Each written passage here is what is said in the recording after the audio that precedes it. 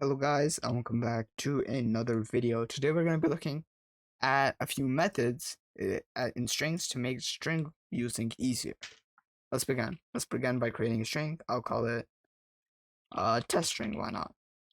So we're going to say hello world, like such.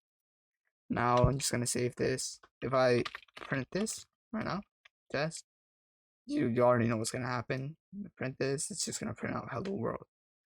What if I want to know the length of the string?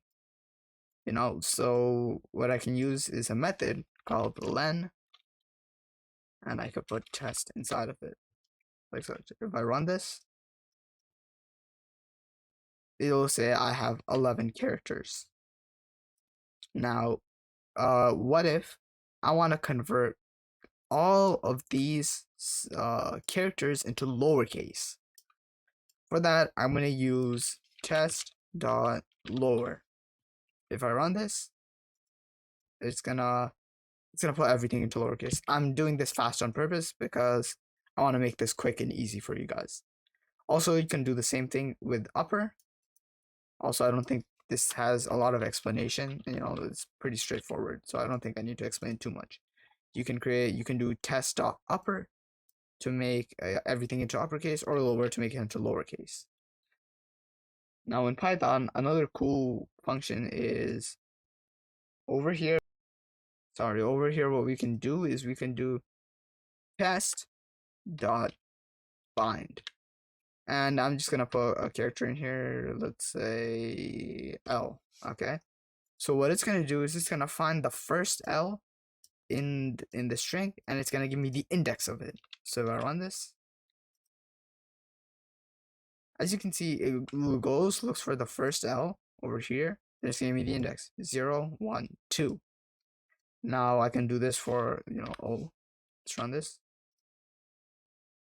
It's gonna give me 4. 0, 1, 2, 3, 4. Okay. What if I give a character that doesn't exist, like Z? Let's see what happens. If I save this and I run this, it's gonna give me -1. Anytime it gives you -1, it means that that character did not exist. Now, another function similar to this is called replace. Now, if you do test.replace, what you could do is I can get, I want to get L, which we already got over here. Then I put a comma, and then I say what character I want to replace it with. I want to replace it with another E, let's suppose. Now if I run this, as you can see, it will replace all the L's, not the first occurrence. When we did find, it only got the first occurrence.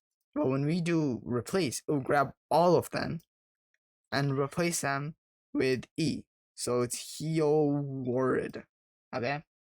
It's very important to know. Oh, and also one more thing for this method. You don't have to make it a single character. So what I can do is I can write hello in here with hi. Or hi. If I run this, I'll say hi world instead of hello world. So you can replace entire words.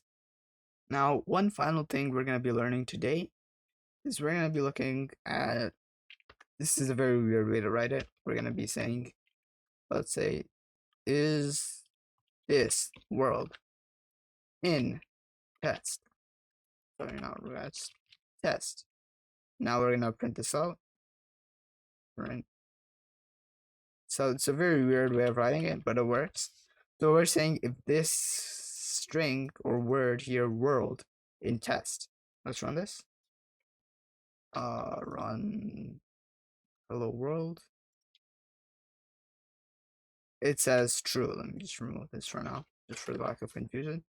Now, if I do the same thing with hello, like this, hello, it's gonna give me the same response. But there's a good reason I'm doing this. It says true once again.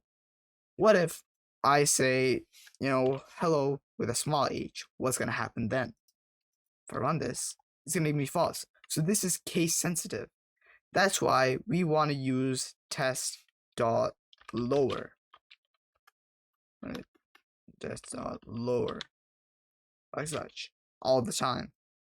So all these small errors don't get mixed up. Anyways, that'll be all for today's video. Make sure to leave a like, subscribe, and see you next time.